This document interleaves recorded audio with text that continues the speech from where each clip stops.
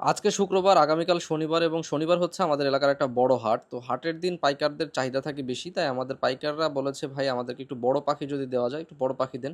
তো পাইকারদের জন্য পাখি শর্টিং করতেছি। মূলত পাইকাররা নেয় শুধু পুরুষ পাখি। আর মেয়ে পাখিগুলাকে আমরা রেখে দেই, মানে ফিমেল পাখিগুলাকে রেখে দেই পরবর্তী ডিমের প্রোডাকশন এবং কেউ যদি আসলে রানিং পাখি নেয় তাদের জন্য। তো পাইকারের জন্য যে পুরুষ পাখিগুলো বাছাই করা হচ্ছে, এই সময় যে পাখিটা আমরা ধরতেছি এখন সেটা হচ্ছে ইউরোপিয়ান সুপার জায়ান্ট কটনিক্স। বেশ কিছুদিন যাবত আপনাদের কমেন্ট আসছে, "কি ব্যাপার ভাই, আপনি নিয়মিত আর ভিডিও দিচ্ছেন না কেন? কেন আমাদেরকে সুপার জায়ান্ট পাখি দেখাচ্ছেন না বা হোয়াইট জায়ান্ট পাখি দেখাচ্ছেন না?" মূলত আমরা আমাদের যে স্টেপটা ছিল খামারি টু খামারির কাছে বিক্রি করার যে স্টেপটা, সেটাকে আস্তে, আস্তে কমিয়ে দিয়ে একেবারে সীমিত করে ফেলছি এবং তার কি কারণ সেটা বলবো আজকে এবং আসলে কেন করছি সেটাও আপনাদেরকে জানাবো। সেটা সীমিত করে আমরা এখন যেটা করছি সেটা হচ্ছে আমরা সরাসরি প্রোডাকশন লাইনে চলে যাচ্ছি এবং আমরা নিয়মিত প্রোডাকশন করব। নিজেদের প্যারেন্টস স্টক থেকে ডিম উৎপাদন করব এবং সেই ডিম বাচ্চা তৈরি করব এবং সেই বাচ্চা আমরা মাংস আকারে বাজারে বিক্রি করব। আর এটা আমাদের কাছে খুব ভালো বিজনেস মনে হচ্ছে, তাই আমরা এটাই করছি। আর এটা করার জন্য আমাদের খুব বেশি আসলে অনলাইনে দেখানোর প্রয়োজন নেই। যদি কোনো ইনফরমেশন থাকে সেটা আপনাদেরকে, কোনো রোগ ব্যাধি বা কোনো কিছু যদি কোনো জানা মানে আপনাদের উপকার হয় এরকম কোনো ইনফরমেশন দেওয়া যদি কোনো কনটেন্ট পাই, তাহলে অবশ্যই আপনাদেরকে সেই দিন আমি ভিডিও দিব। কিন্তু আসলে এমনি হুদায়, হুদায় বকবক করতে আমার ভালো লাগে না। তাই আসলে আমি আপনাদেরকে নিয়মিত কয়দিন যাবত দিচ্ছি না। দেখেন এইখানে যে পাখিগুলা বাছাই করা হচ্ছে, এগুলা আমাদের এখানে কিন্তু ছোট পাখির মানে ছোট বাচ্চা রাখার জায়গা আরকি।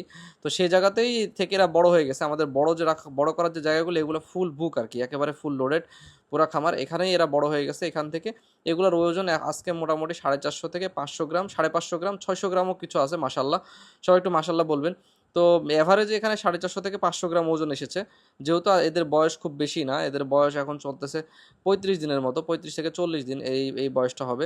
এবং আজকে মেল ফিমেলগুলাকে বাছাই করতেছি। কিছু, কিছু মেলগুলো ভালো বোঝা যাচ্ছে, কিছু, কিছু মেল বোঝা যাচ্ছে না। তো 40 দিনেই এরা মোটামুটি ডিমে চলে আসছে। ১ টা ২ টা করে ডিম পাচ্ছি। তো এখানে এখন শর্টিং করার টাইম। যেগুলা হচ্ছে ফিমেল পাখি হবে সেগুলাকে রেখে দিয়ে জোড়া মিলায় আমরা আ মানে আকারে বিক্রি করব, প্যারেন্টস আকারে বিক্রি করব। আর যেগুলা মেল পাখি সেগুলাকে হচ্ছে আমরা সরাই দেব। আর যেগুলা একটু বুঝতে পারতেছিলাম না, একটু কম শিওর, আনশিওর, সেগুলাকেও আমরা আজকে বিক্রি করে দেব। আজকে যে রেটটা পাচ্ছি, আজকে পাচ্ছি ৳১১০ করে পার পিস। যেগুলো হচ্ছে শুধু পুরুষ পাখি সেগুলা।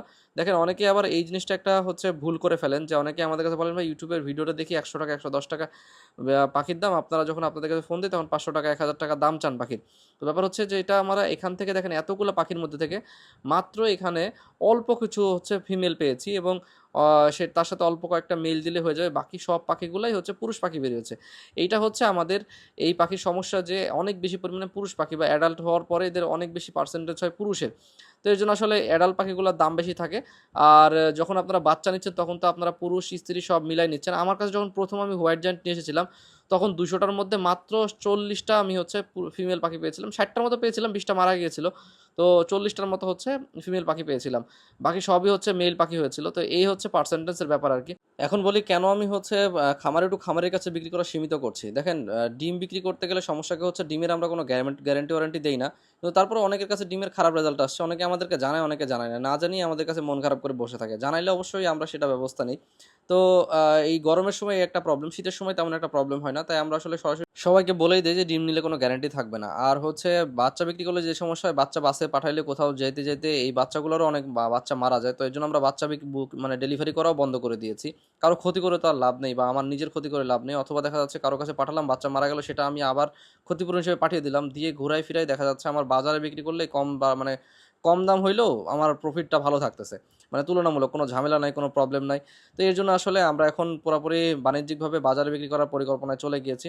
তো এটা কেমন হয়েছে অবশ্যই কমেন্ট করে জানাবেন। আমাদের জন্য দোয়া করবেন। সবাই ভালো থাকবেন, সুস্থ থাকবেন। ধন্যবাদ। আসসালামু আলাইকুম।